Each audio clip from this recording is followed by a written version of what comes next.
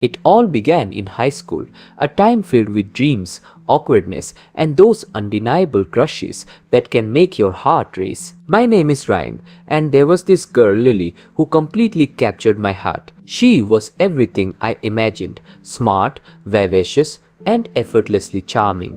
Her laughter was contagious, and her smile could light up the darkest days. I would often catch glimpses of her across the cafeteria, my heart fluttering each time. After months of daydreaming, I finally gathered the courage to confess my feelings. I remember standing outside the school one fateful afternoon, my heart pounding, palms clammy as I approached her. My mind raced with possibilities. "Lily, I really like you," I stammered, my voice barely above a whisper. Her response shattered me into a million pieces. You think I'd date you?" She laughed, her friends snickering in the background.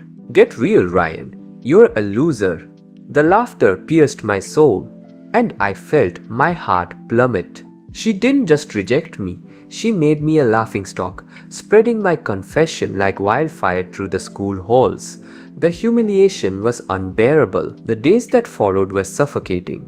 I walked through the halls with my head down, the whispers and giggles echoing in my ears like a haunting melody. Every corner I turned felt like a reminder of my embarrassment.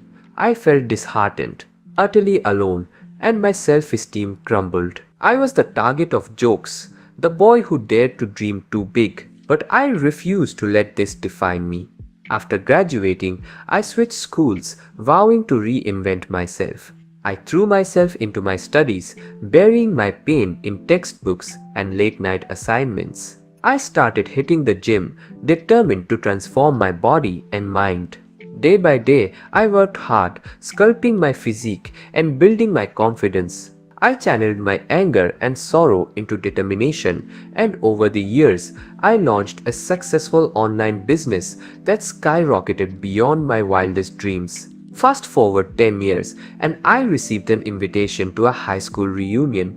My heart raced at the thought of seeing everyone again, especially Lily. But I was a different person now, successful, confident, and no longer the boy who had been rejected. I decided to go, curious to see how things had changed and how I had evolved. When I walked into the reunion, the atmosphere buzzed with excitement and nostalgia. People congratulated me on my success, their eyes filled with admiration as they complimented my new physique and accomplishments. I felt proud, standing tall in my tailored suit, my hard work finally paying off.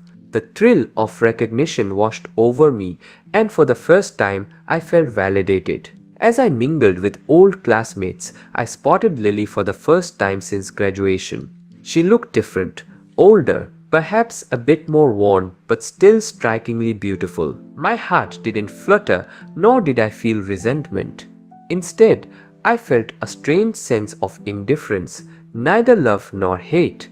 It was liberating to realize that I had moved on. But as she approached me, I could sense a shift in her demeanor. "Ryan, wow, you look amazing.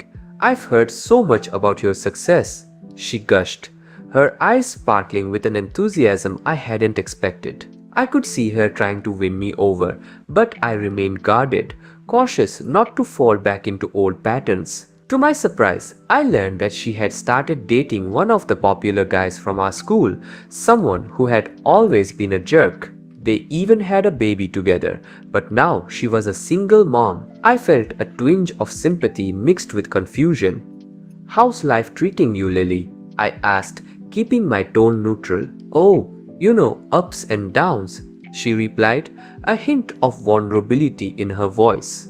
But then, she began touching my arm, leaning in a little too close, her body language flirtatious. The flirty vibes made me uncomfortable, and I stepped back slightly, maintaining my composure. "I appreciate it, but I'm not comfortable with." Her expression shifted, surprise giving way to confusion and frustration. "Oh, come on, Ryan.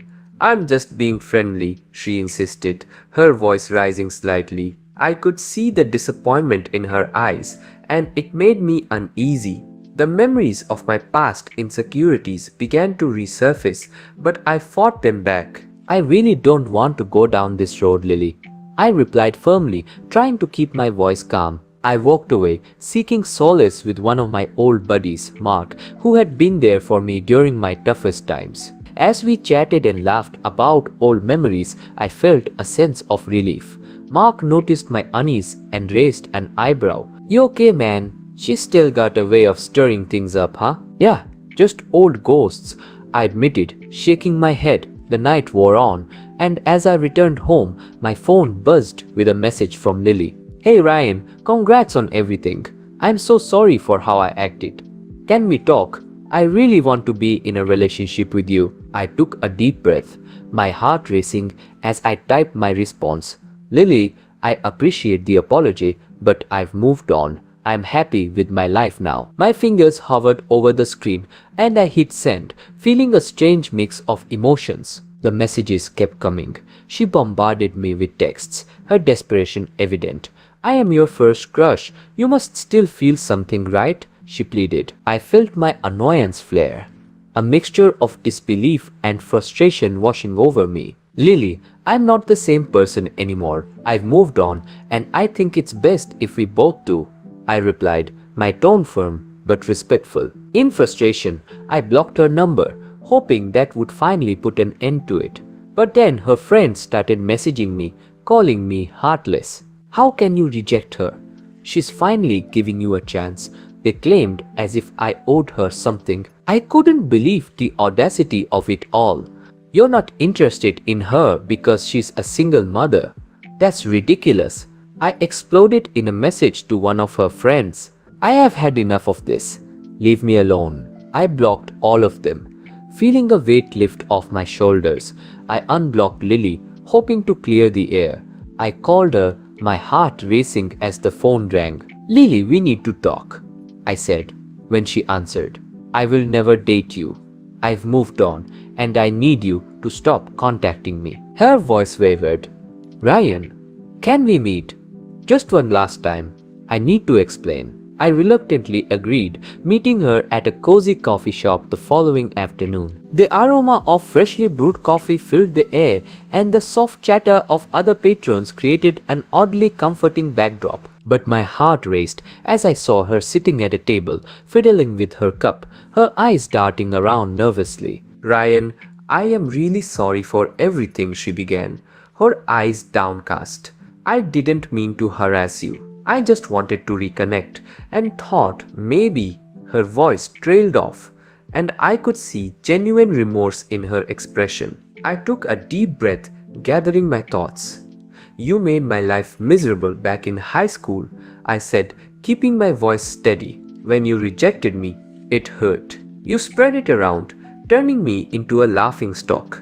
I had to work hard to rebuild myself, and I've moved on from you." Her eyes welled up with tears, and I could see the regret etched on her face. "I never realized how much it affected you. I'm truly sorry, Ryan," she said, her voice breaking. "I was young and stupid. I felt a mix of emotions, anger, sadness, and even pity. I've spent years getting over that pain, and I finally found happiness without you. I wish you the best, but I can't be part of your life," I replied softly, my heart heavy but resolute. She nodded, tears spilling down her cheeks. "I understand. I'll talk to my friends and make sure they leave you alone. You deserve peace." We embraced, and it felt like a weight had lifted. It was closure, a final farewell to the past that had haunted me for so long. As we pulled away, I looked into her eyes, searching for something, understanding perhaps. As we parted ways, I felt a sense of liberation wash over me. I had faced my past and come out stronger. I had taken control of my life, and I was no longer defined by anyone else's opinions or actions.